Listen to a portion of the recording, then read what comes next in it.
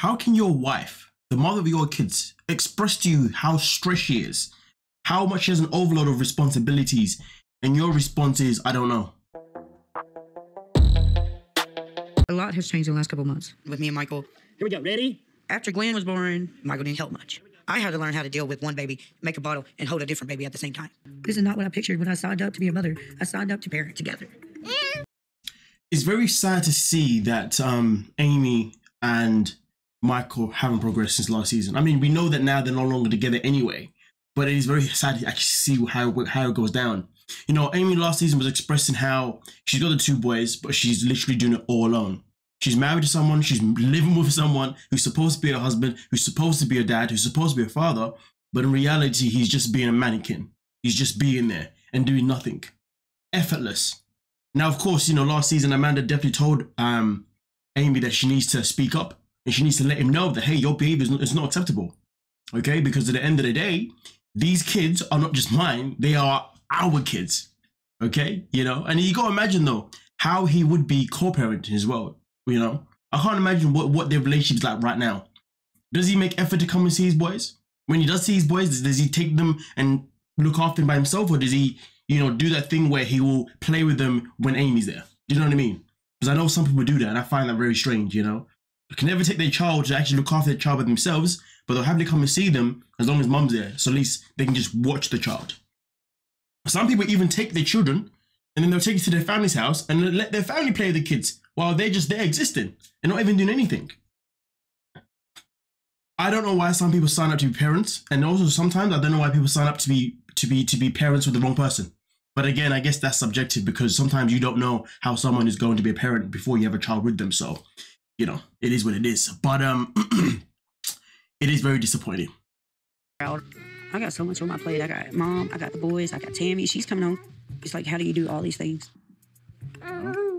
How can your wife, the mother of your kids, express to you how stressed she is, how much she has an overload of responsibilities, and your response is, I don't know? Really? You don't know? You know what though? Look at this man's face. Look at him. Pretending to be a happy family, smiling and whatnot, knowing that he hasn't lifted one finger to even be there for his kids. Fair enough, he may work, fair enough, he may provide. But that doesn't mean that you're a parent, doesn't mean that you're a father. It just means that you exist. Sad. It's pathetic. Honestly, people like him trigger me.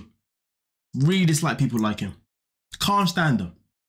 Just the scum of the earth. Every aspect of my life is chaotic because I have no support. Hey, Dad. I'm trying to get stuff ready for Tammy, trying to chase after the boys, trying to chase after Michael. It's just a lot. I guess that's why nowadays, you know, dating is so hard. You know, people are being very particular about who they end up with.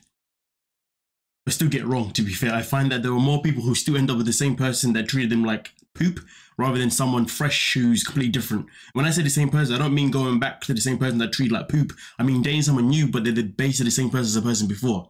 Because you keep attracting yourself to that personality and you don't want to go for someone that's comfortable. Someone that's going to make you feel good because it's a bit too scary, you know? It's the unknown.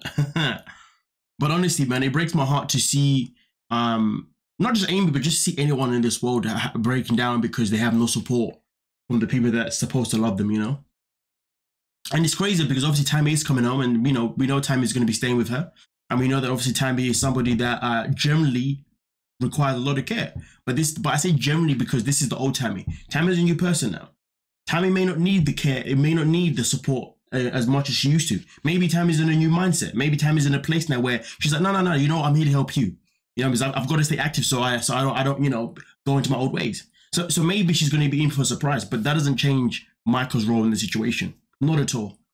Even if Tammy came in and helped, that doesn't change a single goddamn thing. I mean, the only thing it does is that it releases less pressure onto Amy, but it doesn't change the fact that this guy here is a scumbag. Yeah. I think Amy's a little stressed out about the whole situation just because she's got a pretty damn full plate without Tammy coming home. Tammy's going to require sometimes. And Amy's worried about that falling on her shoulders. And he has a good enough support system in her house. See, this has always confused me, you know? Like,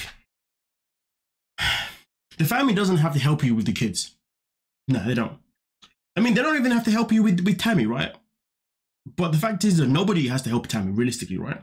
But it's always been interesting how they are more than happy to sit back and watch Amy have all this madness on her plate rather than help her. Listen, this is a big family. They are a big family, you know what I mean? So it just blows my mind how Chris can just casually stand there talking about this is going to happen, this is this and that, da. Why not offer help? Why not offer her support? Even if it's a little bit, even if it's 10 minutes out of your day, offer something. I mean, listen, I don't know the dynamics of this family. Obviously, what we do know is that it's always been Amy and Tammy for the longest time possible. But either way, though, you are all still siblings. And if you're seeing one sibling struggling, then another sibling should come in and try and help that sibling. It's just that simple, you know. I mean, isn't that what family's all about? Maybe that's subjective. But hey, let me know what you're thinking. We can talk about it. Don't forget to like, subscribe, and of course, peace.